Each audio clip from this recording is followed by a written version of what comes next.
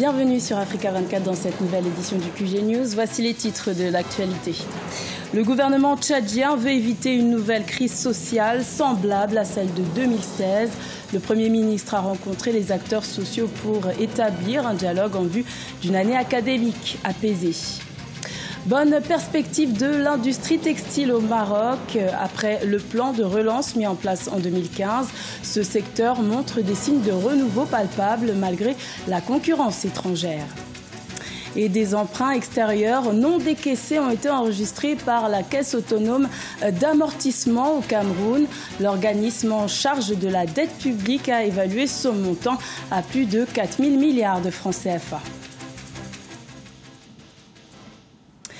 Éviter à tout prix une nouvelle vague de contestation sociale comme en 2016, c'est le souhait du gouvernement tchadien. Le Premier ministre a rencontré le 9 octobre les acteurs sociaux impliqués dans le système éducatif, l'objectif étant d'échanger sur les modalités d'une année académique apaisée. Reportage de notre correspondant Mamat Ramadan, commenté par Marie-Colette Babasagana.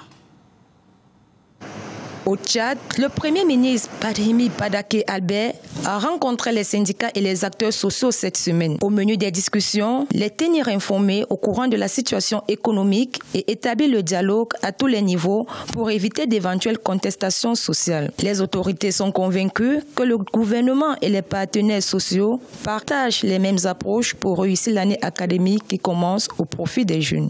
Il y a des dialogues qu'on établit selon les circonstances pour pouvoir faire avancer notre démocratie, notre société et notre pays. Je suis une convaincue que les équilibres entre tous les pouvoirs et tous les acteurs sociaux doivent se faire au même niveau pour qu'il y ait évolution. Nous avançons selon les conditions, nous avançons selon les moyens que nous avons, et c'est à un même niveau de compréhension qu'il faut être.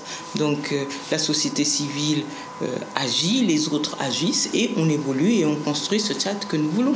Le chef du gouvernement a ordonné le paiement des arriérés de primes de recherche des enseignants du supérieur et souhaite que la gestion des éventuels défis sociaux se fasse de manière concertée et partagée. Une initiative saluée par les organisations de la société civile.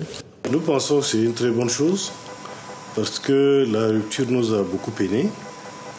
Et le fait de renouer le dialogue, c'est à féliciter. Le dialogue est une arme puissante. Toutes les guerres finissent autour d'une table de négociation avec le dialogue. Et en dialoguant, on trouve toujours des solutions. Pour rappel, le Tchad a connu en 2016 la plus longue grève des agents de la fonction publique de son histoire, qui a paralysé pendant plus de 3 mois les services publics de base et qui a coûté à l'État environ 8 milliards de francs CFA. La relance de l'industrie est en bonne voie au Maroc depuis le plan décennal lancé en 2015.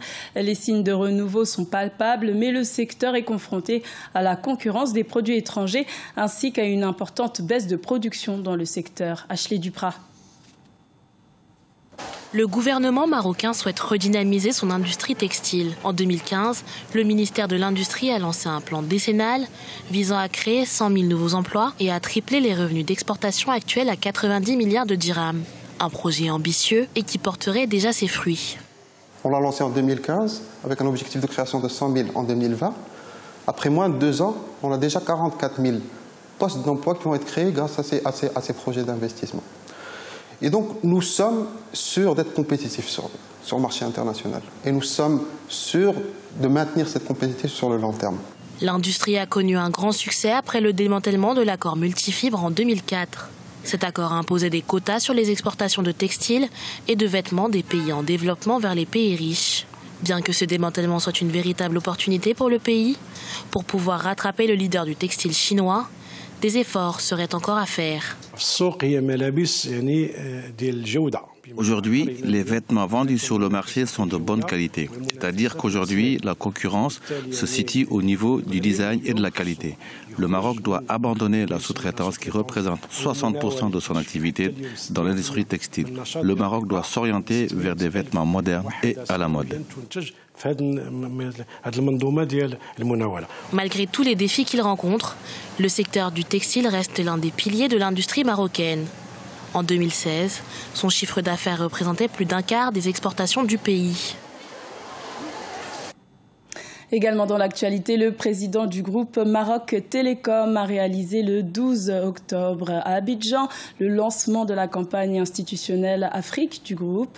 Rappelons que Maroc Télécom, qui opère sous la marque Move à Abidjan, a fait son entrée en Côte d'Ivoire en janvier 2015. Plus de 4 000 milliards de francs CFA issus des emprunts extérieurs au Cameroun. C'est le montant oisif enregistré dans les livres de la Caisse autonome d'amortissement des fonds non décaissés à cause de l'absence de maturation de projets. Plus d'explications dans ce reportage de notre correspondant Chérif Ousmane Bardonka. Au Cameroun, plus de 4 900 milliards de francs CFA issus des emprunts extérieurs du pays ne sont pas décaissés. D'après l'évaluation faite par la Caisse autonome d'amortissement à fin juin 2017, ces soldes engagés mais non décaissés sont en augmentation de 28,5%, soit près de 1 600 milliards de francs CFA par rapport à l'année dernière. Les raisons évoquées de ce non-décaissement sont l'absence de maturation des projets, la non-maîtrise des procédures nationales et celle des bailleurs de fonds, et surtout les lenteurs d'expropriation et d'indemnisation. Si les dossiers ont été mal montés, si les problèmes de dédommagement foncier n'ont pas été résolus, si les services de passation de marché n'ont pas passé à temps les marchés, alors on va avoir de l'argent disponible dans les caisses, on va l'engager, mais on ne pourra pas le décaisser parce que les événements qui donnent lieu au décaissement n'ont pas été réalisés. Le Cameroun est ainsi privé d'une enveloppe de financement extérieur qui dépasse largement les 4 373 milliards de francs CFA de budget de l'État. Déjà en manque de liquidité dû au contexte économique actuel, le Cameroun pourrait voir plusieurs de ses projets traîner à cause du non-décaissement de ses emprunts extérieurs. La conséquence, les projets stagnent, l'argent est disponible, les gens sont à la recherche du bien-être, à la recherche des emplois, le chômage est exacerbé. Pourtant, il y a de l'argent disponible pour pouvoir booster l'emploi, donc résorber le chômage, faire des réalisations qui vont engranger le développement du pays ou, si vous voulez, son émergence. Selon les spécialistes, l'évolution des emprunts extérieurs d'un trimestre à l'autre ne devrait pas a priori être un obstacle si les décaissements prévisionnels deviennent effectifs et s'ils sont absorbés à bonne date. L'accélération des décaissements des emprunts extérieurs et leur exécution rapide et efficace demeure une préoccupation majeure des autorités camerounaises. La 17e édition du Grand Prix cycliste international Chantal Biya a été lancée le 11 octobre à Yaoundé au Cameroun. L'édition de cette année connaît un réel succès avec la participation d'une soixantaine de coureurs répartis en 10 équipes. Une compétition qui se tiendra jusqu'au 15 octobre. Reportage de notre correspondante Viviane Bauken.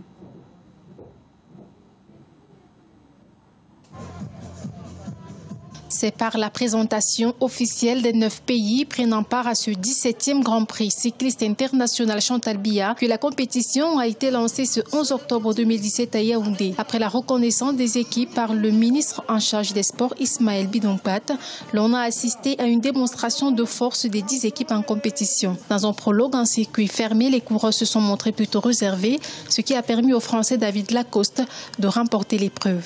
Moi, je suis très satisfait. C'est ma première victoire ici au Cameroun. Voilà, on va essayer de gagner d'autres victoires d'étape. On n'est peut-être pas forcément là pour le général cette année. Donc voilà, on va essayer de faire au mieux et de gagner peut-être le maillot vert si on peut. Moi, j'aime bien sprinter, le maillot vert. Et des victoires d'étape, si on peut, on va essayer. Le prologue du 17e Grand Prix cycliste international Chantal Biya a connu cette année une mobilisation particulière. Les populations se sont déplacées nombreuses pour venir soutenir les compétiteurs. Conquis par la qualité de l'organisation, ils ne cachent pas leur satisfaction. La compétition, cette année, il y a plus de compétiteurs.